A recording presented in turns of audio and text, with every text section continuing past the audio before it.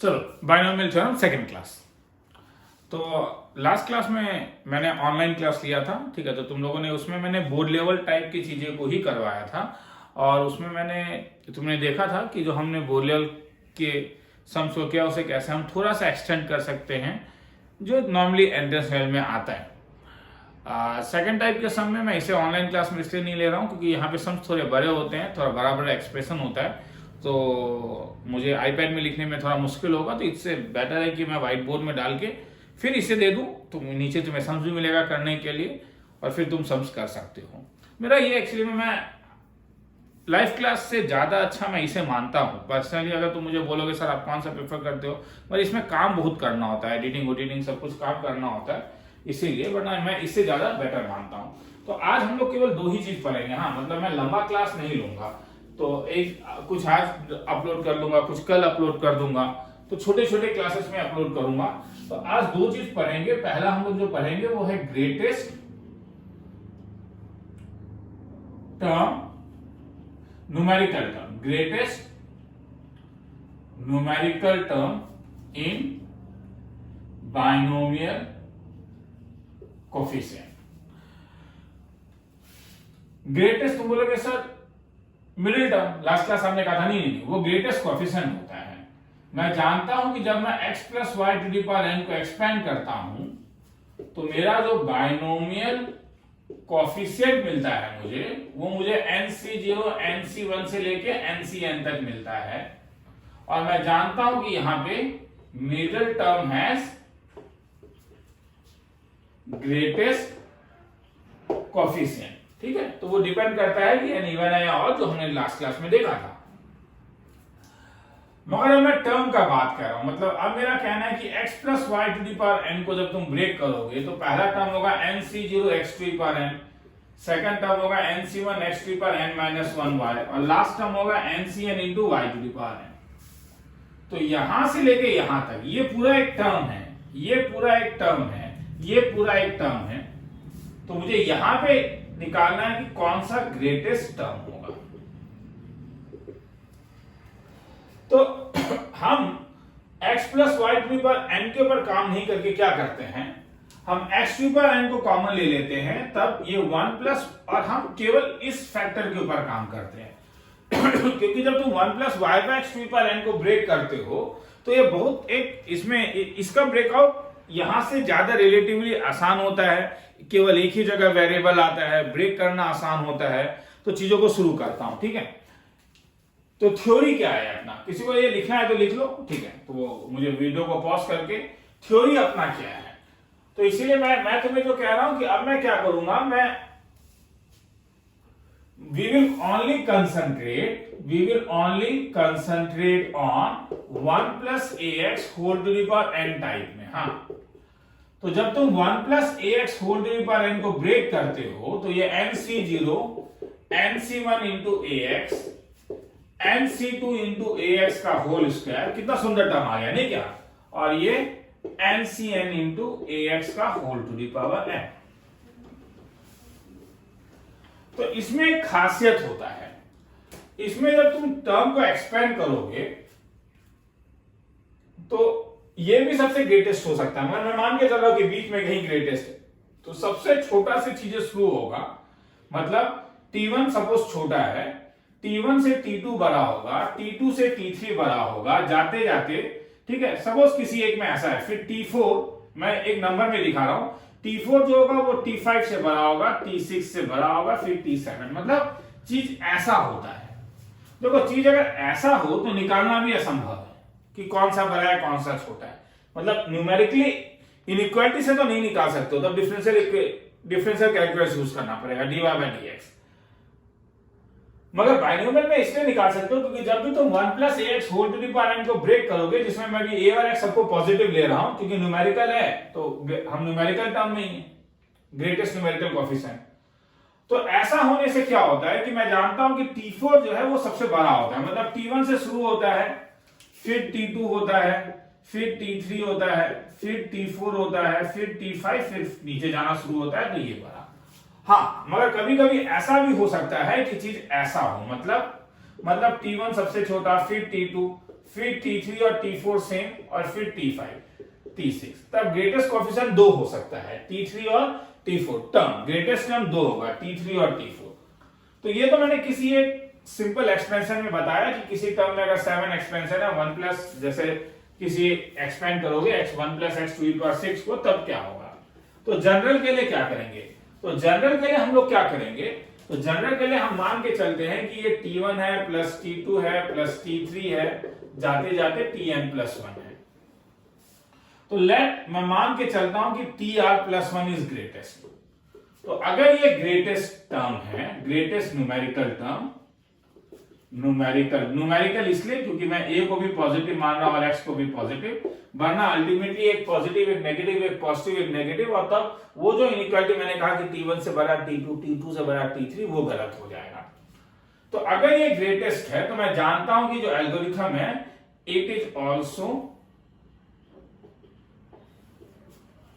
Greatest in its NBD का मतलब neighbourhood, मतलब Tr जो होगा वो Tr प्लस 1 और Tr प्लस 1 जो होगा वो Tr प्लस 2, क्योंकि मैंने कहा दो जगह इक्वल टू आ सकता है तो किसी एक में इक्वल टू भी आ सकता है।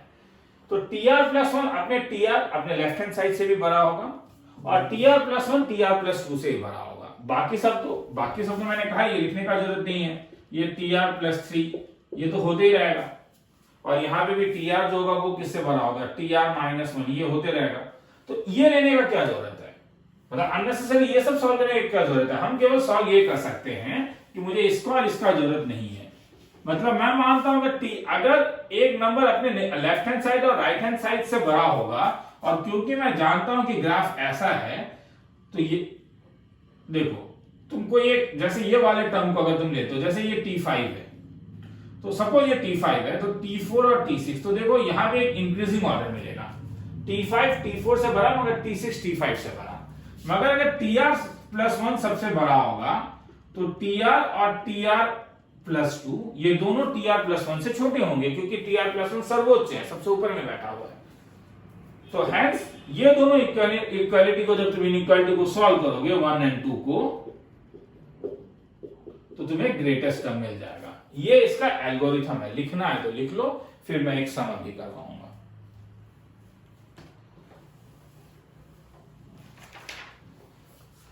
तो पहला सम जो है, ठीक है, तो ग्रेटेस्ट Tr प्लस 1, तो मैं मान के चलता हूं कि अगर Tr प्लस 1 मेरा ग्रेटेस्ट है तो उसके करस्पॉन्डिंग के एलिमेंट्स भी उससे छोटे होंगे टर्म्स में। जैसे क्वेश्चन नंबर 1 क्या कह रहा है कि if x is equal to 1/3 find greatest term in the expansion of 1 plus 4x to the power 8। तो जस्ट मैं एक बार देख लूं रिकॉर्डिंग हो रहा है नहीं, हाँ, क्योंकि काफी दिन के बाद कर रहा हूं रिकॉर्डिंग। तो चलो, तो मैं मान के चलता हूं कि इन 1 plus 4x to the power 8 let Tr plus 1 is greatest numerical term if x equal to 1/3, then क्या होगा,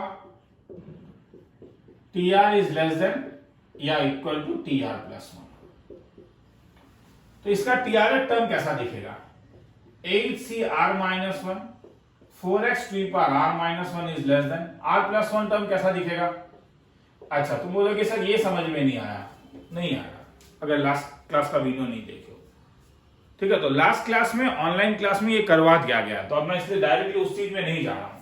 तो this can be written as, अगर मैं ये डिवाइड करता हूं तो ये 8cr minus 1 by 8cr is less than 4x।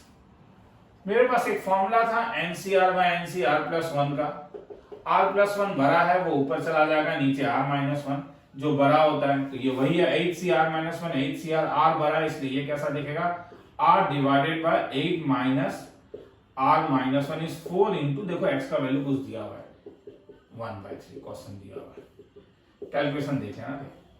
तो this can be written as r divided by 8 plus 1, 9 minus r is less than equal to 4/3। Cross multiply करोगे तो thrice r is less than equal to 36 minus 4r, 7r is less than equal to 36। तो this implies r is less than equal to 36/7। Make it number 1। ठीक है, तो ये थोड़े लंबे sums हैं। हाँ, बोर्ड में भी देख लो कि इसमें ही मुझे छोटा लग जा रहा है। हाँ, तो r 36/7 से छोटा। तो तुमने तो ये एक लेफ्ट हैंड साइड वाला लिया ना, वैसे राइट हैंड साइड में भी क्योंकि tr+1 ग्रेटेस्ट है नाउ सिमिलरली तुम क्या बोलोगे, हाँ क्या tr+1 किससे बड़ा होगा, tr+2 से भी बड़ा होगा।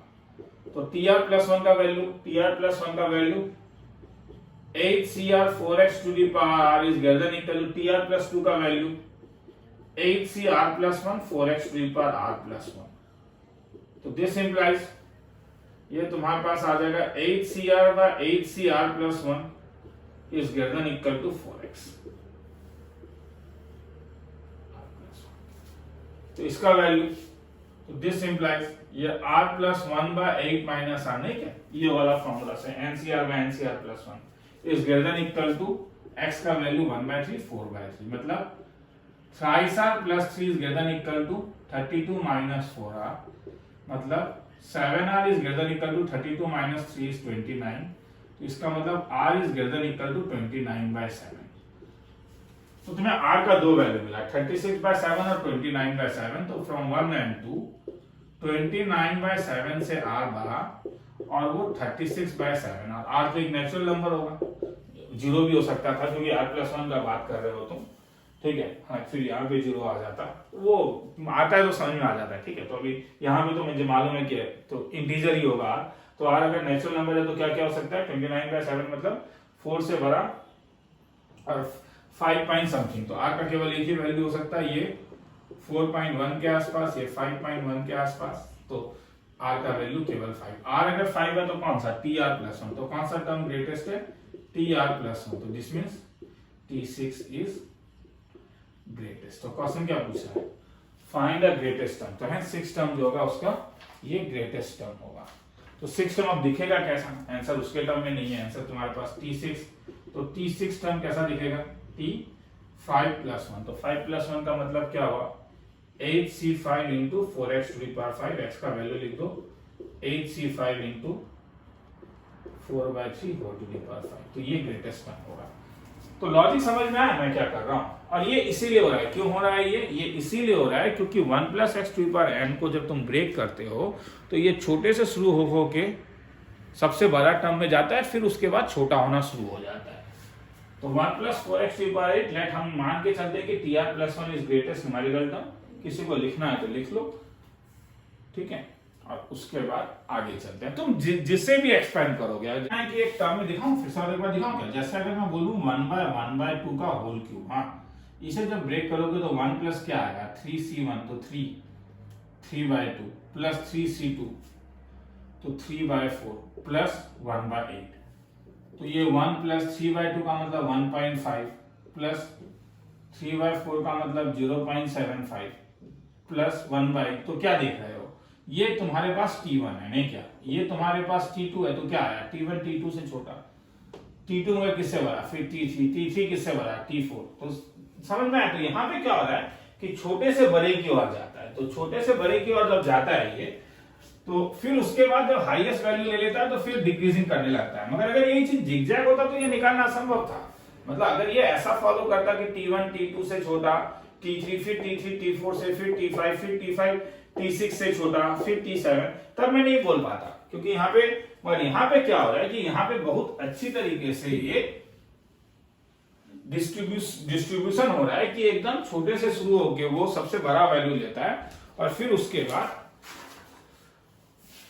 फिर छोटा होना शुरू हो जाता है। चलो क्वेश्चन नंबर 2 क्या था, तो if x is equal to 1 find greatest numerical value of 3 minus 2x to the power 9। तो सबसे पहला बात देखना, जब मैं न्यूमेरिकल वैल्यू का बात कहता हूं तो जैसे अगर मैं सपोज लिखूं एक टर्म 1 - 2 + 5 मुझे मिलेगा -6। तो न्यूमेरिकल टर्म का मतलब होता है केवल मैग्नीट्यूड जब लिखोगे। हाँ, और न्यूमेरिकल टर्म में सबसे बड़ा जो वैल्यू होगा वो 6 होता है। न्यूमेरिकल, अगर मैं इसमें बोलूं कि सबसे बड़ा न्यूमेरिकल टर्म क्या है, मतलब एब्सोल्यूट वैल्यू का टर्म 6 है, ठीक है। तो जब न्यूमेरिकल वैल्यू बोला जाता है तो तुम नेगेटिव को भी पॉजिटिव, मतलब तब जस्ट उसका मैग्नीट्यूड का बात कहते हैं। तो find the greatest numerical value, मतलब ये माइनस देख के तुम परेशान मत हो जाना। तो बेसिक है कि सर अगर सबको प्लस ही लेना है तो मैं अननेसेसरी इसके ऊपर काम क्यों करूं। वी विल वर्क ऑन, क्या बोलते हो, वी विल मॉड भी ले सकता हूं, हाँ, वी विल वर्क ऑन, मगर मेरा कहना है कि इनफॉर्मल लैंग्वेज में बोल देता हूं कि प्लस के साथ ही करो, बात बराबर है। मगर अब एक प्रॉब्लम है कि मैंने ऊपर तुम लोगों को कभी बोला कि जो लॉजिक मैंने दिया वो 1 + ax के लिए दिया है, तो ये उस फॉर्म में नहीं है, ये कोई बहुत बड़ा बात नहीं है। अगर मैं 3 को कॉमन ले लेता हूं तो ये 1 + 2x/3 whole to the power 9 हो जाएगा, और एक्सपेंशन जो होगा 3 to the power 9 into 1 + 2x/3 to the power 9। तो दोबारा बोल रहा हूं, मैंने माइनस को प्लस क्यों किया, क्योंकि मुझे न्यूमेरिकल वैल्यू बोल रहा है। तो न्यूमेरिकल वैल्यू का मतलब होता है कि नेगेटिव पॉजिटिव नहीं, मुझे केवल उसका एब्सोल्यूट वैल्यू चाहिए। तो मैंने मॉड का कॉन्सेप्ट यूज किया कि सबको मैंने पॉजिटिव बना दिया। तो अब मुझे 1 + 2x/3 whole to the power 9 का ग्रेटेस्ट और लीस्ट वैल्यू चाहिए।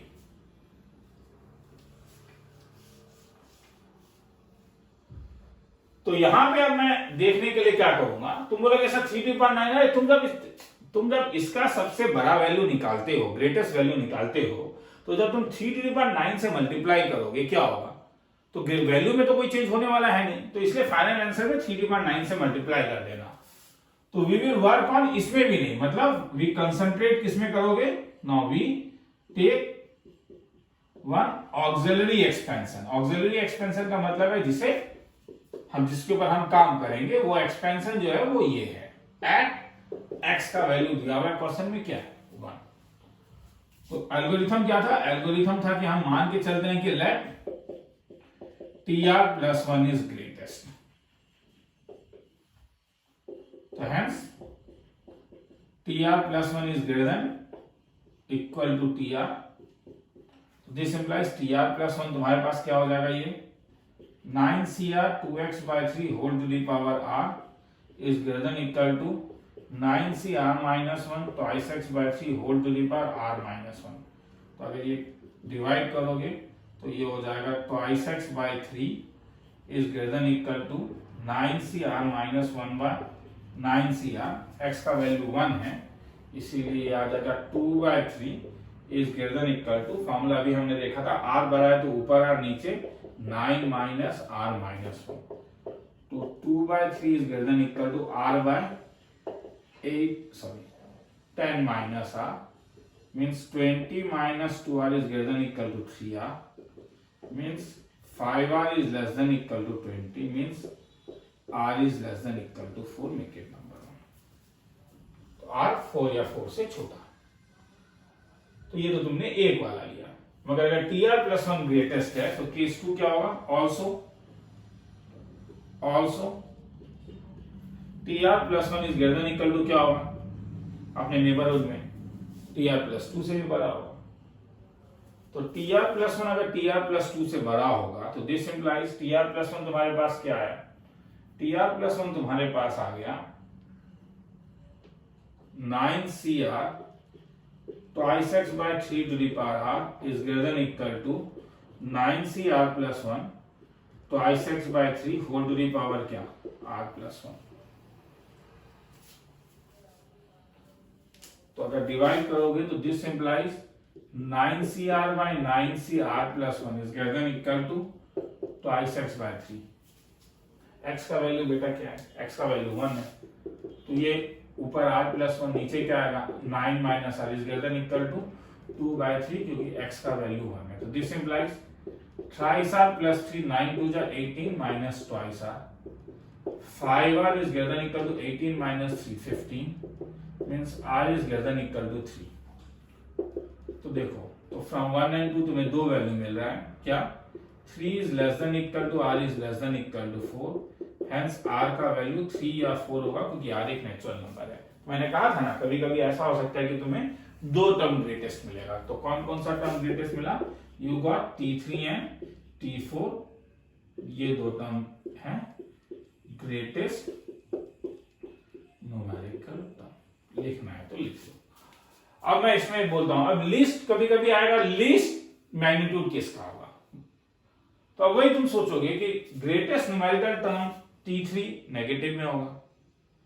तो अगर मैग्नीट्यूड में ये सबसे ज्यादा हो, जब तुम ब्रेक करोगे, क्योंकि ये प्लस आंसर ये नहीं होगा, आंसर तुम्हारे पास जब आंसर निकालोगे, तो जैसे तुम T3 वाला जब आंसर निकालोगे, तो T3 वाला जब आंसर निकालोगे तो T3 तुम्हारे पास यहाँ पे तो निकलेगा 9C2 into 2x/3 whole to the power 2, मगर मल्टीप्लाइड बाय, याद रखना कि यहाँ पे कि एक चीज है, क्योंकि ये एक्सपेंशन ही है तो आंसर ये नहीं होगा, तो इसलिए आंसर जो होगा वो multiply by 3 to the power 9 कर देना।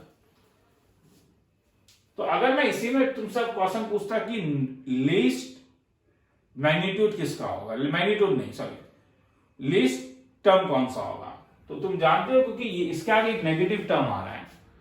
तो अगर मैं तुमसे पूछूं कि क्योंकि वो नेगेटिव है तो वो मैग्नीट्यूड में सबसे बड़ा है, मगर जब तुम उसके आगे माइनस साइन लगा दोगे तो वो लीस्ट टर्म हो जाएगा, तो नीचे तुम्हें वो वाला टर्म मिलेगा। मगर T4 अगर पॉजिटिव है तो ये ग्रेटेस्ट टर्म होगा। तो जब टर्म का बात बोलेगा तो मॉड नहीं लोगे, हाँ, तब प्लस और माइनस इंपॉर्टेंस रखता है, मगर जब न्यूमेरिकल टर्म का बात बोलेगा तो नेगेटिव मीनिंगलेस है, न्यूमेरिकल होने के लिए नेगेटिव को पॉजिटिव में चेंज कर देंगे। तो ऐसे कैलकुलेशन क्या होगा समझ में आया? जब माइनस है तो अननेसेसरी माइनस लेने का जरूरत नहीं है, न्यूमेरिकल वैल्यू बोल रहा है तो प्लस में लेके सॉल्व कर लो। मान के चलो Tr+1 ग्रेटेस्ट है, पुटअप करके देख लो, R<=4 आएगा। प्रैक्टिस करने के बाद तुम्हें पता चलेगा कि सर ये करने का, ये वाला चीज तुम्हें करने का जरूरत ही नहीं था, डायरेक्टली R<=इक्वल टू जैसे आ जाता है, जब भी तुम्हें इक्वल टू इंटीग्रल वैल्यू मिलेगा, हर समय तुम्हें दो वैल्यू मिलेगा, 4 और 4 से छोटा 3। तो अगर तुम मुझे ये सम डाउट में पूछते तो मैं नीचे सॉल्व ही नहीं करता, मैं बस R4 से नीचे निकाल डायरेक्टली बोलता था 3 और 4 है। पर फॉर अ टाइम नहीं, तुम लोग एक टाइप से इस टाइप से निकाल के देखो, और फिर जब नहीं, फिर बाद में चीजें अपने आप तुम पकड़ पाओगे। अब इसी सम में अगर ग्रेटेस्ट न्यूमेरिकल नहीं पूछता कि लीस्ट टर्म पूछता, हाँ लीस्ट टर्म ऑफ, तो लीस्ट टर्म जो होता था वो T3 होता, क्योंकि T3 के आगे एक नेगेटिव साइन आ जाएगा। हाँ, किसी को लिखना है तो लिख लो, मैं इसको मिटा रहा हूँ, ठीक है, वो थोड़ा सा पॉज करके लिख लूंगा।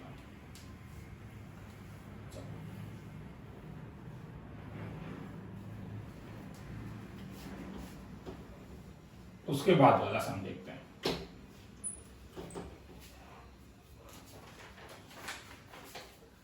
Question number 3, given T4 in the expansion of 2 plus 3x to the power 8 whole to the power 10 has the maximum numerical value. Find range of x. अब यहां पे तुम्हें मॉड लेना होगा, क्योंकि अब प्लस माइनस दोनों के लिए ये पॉसिबल है, ठीक है। तो शुरुआत करूं, क्या कह रहा है? कह रहा है कि T4 मैक्सिमम है,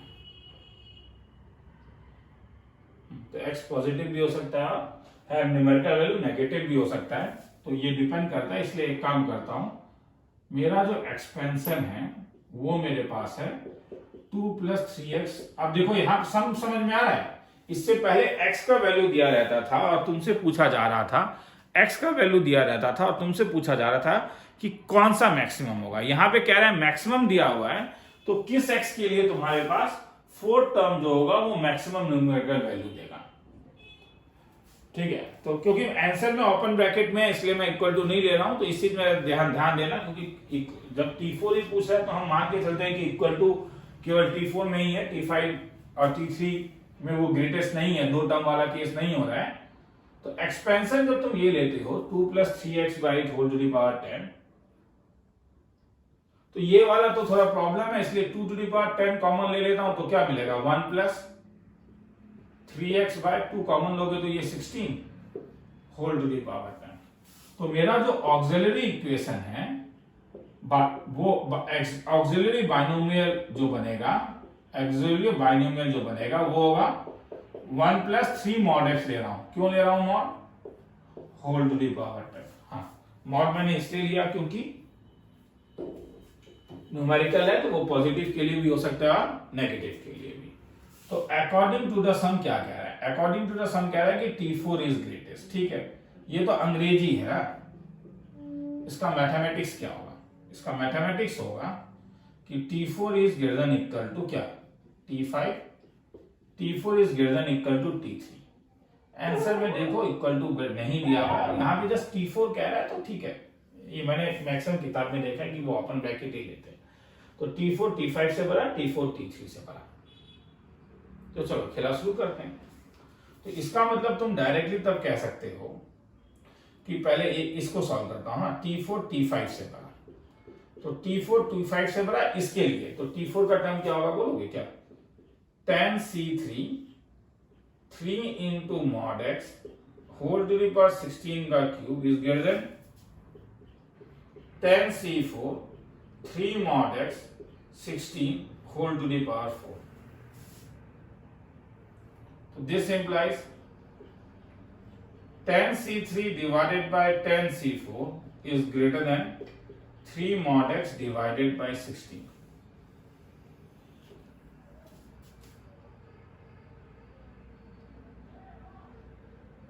तो tan C3 by tan C4, तो ये क्या होगा? ये 4 डिवाइडेड बाय 10 माइनस 3, अभी वाला फॉर्मूला था ना अपना। कौन सा फॉर्मूला? NCR बाय क्या? NCR प्लस 1 वाला फॉर्मूला क्या था?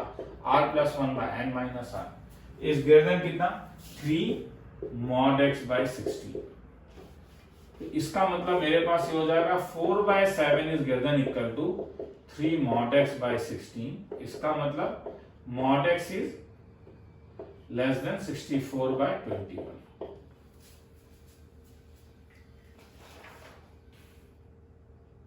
ये तो इससे आया, अब वैसा और एक कहां से आएगा?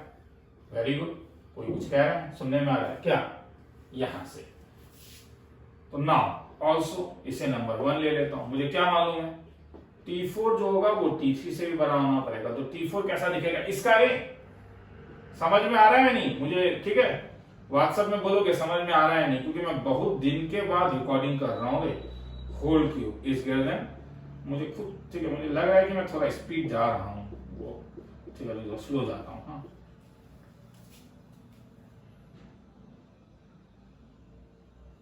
मतलब एक एटलीस्ट आज पब्लिश हो जाए ना तो फिर मैं थोड़ा शांत हो जाऊंगा। कुछ दिनों से ये मैं बाहर निकल गया, फिर मुझे पता नहीं था, आने से क्वारंटाइन वाला केस हो जाता है।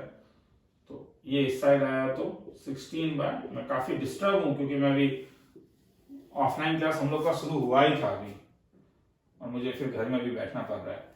tan C3 bye tan C2 का मतलब हो जाएगा तुम्हारे पास नीचे 3 ऊपर 10 माइनस 2, और उसके लिए एक्सट्रीमली सॉरी, मगर एक इंपॉर्टेंट काम था, वो भी एक इंपॉर्टेंट काम था इसलिए निकला हूं। 8 by 3 is greater than equal to 16 by 3 mod x। ये कैंसिल करो, तो mod x is greater than 2, number 2। तो फ्रॉम 1 एंड 2 क्या मिलेगा? 1 and 2, 2 is less than mod x is less than कितना? 64 बाय 21। तो x क्या? मॉड अगर हटाओगे तो x कहां से कहां तक? तो पॉजिटिव में तो ये होगा, नेगेटिव में क्या होगा? उल्टा हो जाएगा, minus 64 by x is less than minus 2। तो x बिलोंग्स टू कहां से कहां तक? माइनस 64 बाय 21 से माइनस 2, यूनियन 2 से लेके 64 बाय 21। किसी को लिखना है तो लिख लो, फिर आगे चलेंगे। आया समझ में? मैं दोबारा बताऊं, फोर्थ क्वेश्चन में दिया हुआ है given T4 in the expansion has maximum numerical value, मगर न्यूमेरिकल वैल्यू मतलब ये पॉजिटिव नेगेटिव दोनों के लिए होगा। तो तुम और एक काम कर सकते हो, आराम से आंसर आएगा। मॉड x लेने का जरूरत नहीं है, x लेके निकाल लो, जो आंसर पॉजिटिव के लिए निकला है नेगेटिव के लिए भी डाल देना। मगर क्योंकि मैं थ्योरेटिकली करवा रहा हूं तो न्यूमेरिकल है, तो इसलिए पॉजिटिव नेगेटिव दोनों हो सकता है, इसलिए मैंने मॉड x लिया। ये वाले टर्म के लिए हम लोग नॉर्मली ग्रेटेस्ट न्यूमेरिकल टर्म नहीं निकालते हैं, इसलिए हाई टू ये बाहर निकाल लेता हूं ताकि मुझे ये 1 प्लस 3x बाई 16 मिल जाए। कांस्टेंट टर्म बाहर निकलोगे, ये नहीं बोलोगे सर आप इसे क्यों नहीं बाहर निकाल रहे हो, तो x बाहर निकलेगा। तो इस टर्म के, ये मेरा ऑक्सिलरी बाइनोमियल है, मैं इसके ऊपर काम करूंगा 3 mod x बाई 16। तो ये दोनों बड़े होंगे, और इससे तुम्हें समझ में आ रहा होगा कि क्यों मैं इसे ऑनलाइन क्लास में नहीं कर रहा हूँ, ठीक है, लाइव क्लास में, क्योंकि अब तुम आराम से देख के 4 बार देख सकते हो मैं क्या कर रहा हूँ। तो जब उसके बाद जब तुम चीजों को सॉल्व करोगे तो तुम्हें ये वाला मिल रहा है। किसी को लिखना है तो लिख लो, फिर मैं आगे चलूंगा। अच्छा, तो हम लोगों ने फर्स्ट 3 क्वेश्चन किया, ठीक है ना। तो देखो ये जरूरी नहीं है, ठीक है, आंसर तुम्हारा सेम आता। जैसे क्वेश्चन नंबर 3 में अगर तुम लोग डायरेक्टली इसी को एक्सपेंड करके, मतलब बस मॉड में चेंज कर देते 3 mod x by 8 whole to the power 10 को भी अगर एक्सपेंड करते, आंसर सेम ही आता। मतलब यहां पे क्या बोल रहा है, 4 term given T4 of the expenses, तो T4 अगर बड़ा होगा तो क्या होगा, T3 is less then T4 और T4 इज ग्रेटर देन कितना, T5। ये होना पड़ेगा। तो इसका थर्ड टर्म कैसा दिखेगा, 10C3 sorry 10C2 2 square into 3 mod x by 8 whole to the power, या मॉड अभी क्यों लेता हूं, मैंने तो बोला ना अभी हम x लेके ही कर लेते हैं, जो पॉजिटिव के लिए आएगा उसे नेगेटिव में भी चेंज कर दूंगा, ठीक है, क्योंकि इससे पहले तो बता ही दिया था। ये 2 स्क्वायर इंटू ये 3x by 8 whole to the power 8 is less than 4 term जो होगा वो होगा 10C3 sorry T3 is equal to 10C2 2 to the power 8 3x by 8 whole square is less than 10C3 2 to the power 7 3x by 8 का whole cube is greater than 10C4 2 to the power 7 2 to the power 6 3x by 8 whole to the power 3 के बदले 4। तो this can be written as, तो जैसे पहले अगर मैं इसे सॉल्व करूं तो क्या मिलेगा मुझे, ये 10C2 2 to the power 8 2 to the power 7 में यहाँ पे 2 रह जाएगा, ये 10C3 into 3x by 8। तो this implies you will get 10C2 divided by 10C3 into 2 is less than 3x by 8। 10C2 by 10C3 का value 3 divided by 10 minus 2 into 2 is less than 3x by 8। तो this implies 3 को cancel करो, 8 2 जा 16, तो 2, तो 2 is less than x, वही है ना, देखो 2 less than mod x। तो समझ में आया, इससे ब्रेक करने से भी आंसर आता है। हाँ, तो सर वो इससे पहले वाला क्यों बताए थे, एक्चुअली में भी एक शॉर्टकट मेथड तुम लोग को मैं दूंगा, तो वो जो शॉर्टकट मेथड दूंगा उसमें मुझे जरूरी है कि 1 plus ax वाला फॉर्म होना चाहिए, तो इसीलिए हम लोग कहते हैं कि चलो वो वाले फॉर्म में चेंज करो, ठीक है। और वो सीखने बाद में तुम देखोगे कि जब तुम कभी कभी नेगेटिव वाले में एक्सपेंशन करना होता तो नेगेटिव में तुम तब उसमें नहीं, नेगेटिव वाले में you can expand only in terms of 1 plus ax, तो ताकि कंसिस्टेंसी रहे थ्योरी में, वो सॉरी मिटा दिया रे, वो बैक करके लिखना है तो लिख लेना, हाँ कंसिस्टेंसी रहे थ्योरी में उसके लिए वो काम किया जाता है। तो इसलिए नहीं करने से भी होगा, ऐसा नहीं है, तुम डायरेक्टली एक्सपेंशन करके भी सेम ही आंसर निकलेगा तुम्हारे पास। जैसे क्वेश्चन नंबर 4, ठीक है, क्वेश्चन नंबर 4 में क्या बोल रहा है कि एक बाइनोमियल है x by 5 plus 2 by 5। तो अच्छा, तुम लोगों में से कोई लोग ये कह सकता है कि जो केवल YouTube देख रहे हैं, सर सामने दिख रहा है, सामने दिख रहा है, नीचे टिक मार्क नीचे वाले में क्लिक कर दो, you will get that page. जिस पेज से मैं ये तुम लोग को पूछ रहा हूं उसमें तुम्हें फिर कुछ ऐसे भी सम्स मिलेंगे जो तुम लोग खुद कर पाओगे। x by 5 plus 2 by 5 whole to the power n, if 9 term, इसका कह रहा है कि 9th टर्म इज ग्रेटेस्ट। हाँ, 9 टर्म इज ग्रेटेस्ट, तो अगर 9 टर्म ग्रेटेस्ट है तो शुरू करता हूं, ग्रेटेस्ट कोफिशिएंट। हाँ, 9 term has numerically greatest coefficient. अब जब मैं ग्रेटेस्ट कोफिशिएंट का बात कहता हूं तो मुझे लगता है x नहीं चाहिए। पहले चीजों को समझो, इसका मतलब है जब मैं x by 5 plus 2 by 5 whole to the power n को ब्रेक करता हूं तो ये nc0 into 1 by 5 whole to the power n into x to the power n plus nc1 1 by 5 whole to the power n minus 1 2 by 5 multiplied by x to the power n minus 1, इस type से जाएगा। तो जब coefficients का बात कहता है तो मतलब ये इसमें कौन सा सबसे बड़ा है, तुम्हें ये चाहिए, means x to the power n x to the power n minus 1 तुम्हें नहीं चाहिए। तो x का ऐसा क्या वैल्यू दूं कि मुझे नहीं चाहिए, 0 नहीं 1। मतलब अगर मैं टर्म का बात कहूं तो अगर मुझे इसे टर्म बना देना है तो ये x नहीं चाहिए, मगर वही अगर मैं x को 1 डाल देता हूं तो फायदा क्या होगा, तब मैं ये ब्रैकेट को बड़ा करके 1 को कॉन्साइड करवा सकता हूं इसके साथ, क्योंकि जब तुम 1 to the power n break करते हो तो तुम्हें केवल कोफिशिएंट्स ही मिल रहे हैं। तो इसीलिए जब भी तुम ग्रेटेस्ट कोफिशिएंट वाला देखोगे तुम बोलोगे सर क्या बात कर रहे हो सर, मिडिल टर्म। नहीं, गलत बोल रहे हो। मिडिल टर्म वाला था 1 plus x to the power n जब करते हो, तब जब ब्रेक करते हो तो nc1x प्लस nc2x स्क्वायर, तब तुम्हारे कोफिशिएंट्स केवल nc1 nc2 हैं। मगर वही जब मैं x/2 बोलता हूं तब तो कोफिशिएंट में कुछ और भी आ जा रहा है ना, डिवाइडेड बाय 2 भी आ जा रहा है, तब तुम मिडिल टर्म वाला लॉजिक नहीं लगा सकते हो। तो वो nc0 nc1 जिसमें और कोई भी एक्स्ट्रा टर्म नहीं हो, तब हम कहते हैं कि middle term has the greatest coefficient.